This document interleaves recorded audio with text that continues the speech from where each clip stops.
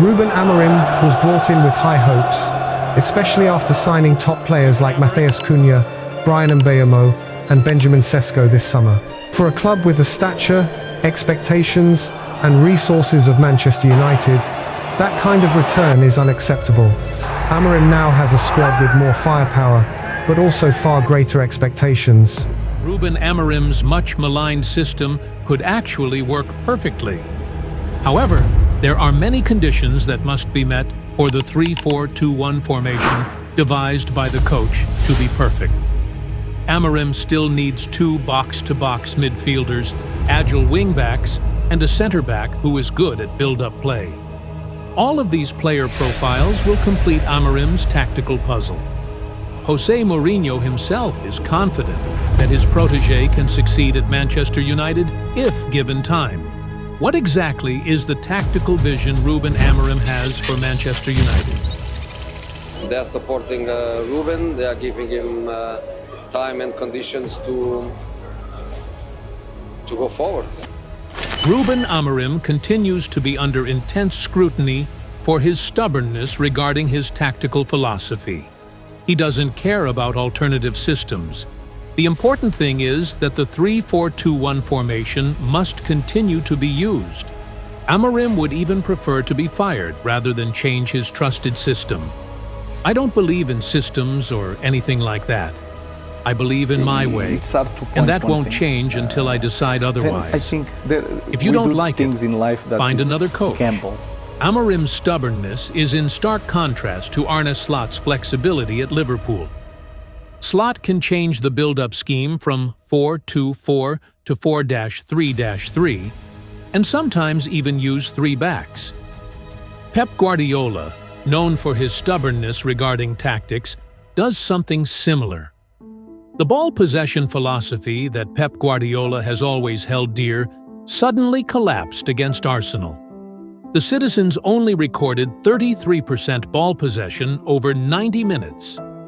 On the other side, Amorim's stubbornness was also criticized by Jose Mourinho.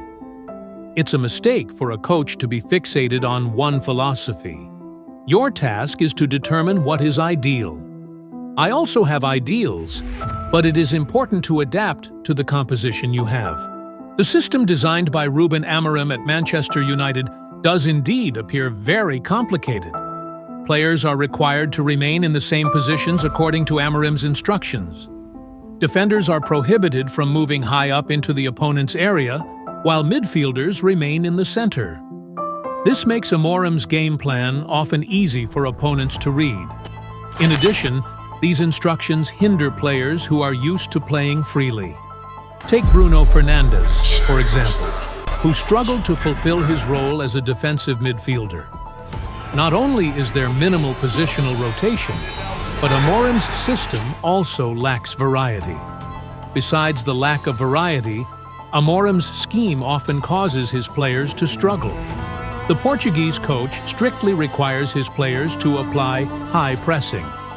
When the opponent has the ball, Amorim instructs his players to form a 5-2-3 formation. This strategy aims to keep the opponent's ball movement confined to their own area. This formation can only succeed if all players understand their teammates' positions. Additionally, they must not be slow to move forward when their teammates are pressing the opponent. It seems that Manchester United players still need time to adjust. Although it is not yet perfect and there are still many gaps, Amorim's system has had a significant impact this season. Manchester United is the team with the highest expected goals, or XG. The Red Devils have an XG of 10.1, higher than Manchester City and Arsenal. This means Amorim's team should have scored 10 or 11 goals this season. One reason Ruben Amorim's tactics haven't been fully successful is closely tied to the squad composition. The coach's complex system requires specific players. Despite splashing the cash in the summer transfer window, Amorim has yet to address all positions. Amorim needs two box-to-box midfielders with incredible stamina. These two pivots must be able to make tough tackles, while also being skilled at distributing the ball. Unfortunately, Amorim was unable to secure such players last summer. Manchester United has always been slow to regenerate top-quality defensive midfielders. Sir Alex Ferguson was not even given a large budget to find a replacement for Michael Carey. When Ole Gunnar Solskjaer was in charge, the club was also reluctant to sign Declan Rice. Amorim faced the same issue after failing to sign Carlos Baleba. Despite the Brighton midfielder possessing all the attributes required for Amorim's tactics, aggressive in midfield, highly athletic, with a strong vision, and difficult to press, Manchester United didn't even seek alternatives for Baleba on deadline day. In addition to midfielders, Ruben Amorim also needs reinforcements in other areas. The wing-back position is the most urgent to strengthen in Amorim's system. Wing-backs are one of the main weapons for breaking down opponents. Amorim often instructs his wing-backs to push high up the field to lock down the opposition's wings.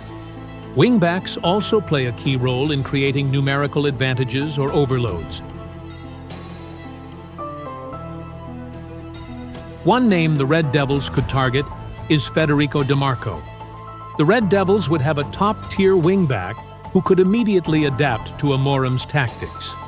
Additionally, Marco is already comfortable playing in a three-man defense under Simone Inzaghi. Besides a wing-back, Amorim also needs new reinforcements in the box-to-box midfield role. When managing Sporting CP, 3 of Amorim's centre-backs had the ability to act as ball distributors. One of the centre-backs would move up to act as a makeshift midfielder to facilitate build-up play. Amorim's primary target for this position in the next transfer window could be Castello Luqueba. This RB Leipzig player possesses speed, exceptional athleticism, and, of course, isn't afraid to take control of the ball. With such a complex tactical approach, requiring more specialized players, will Ruben Amorim succeed at Manchester United?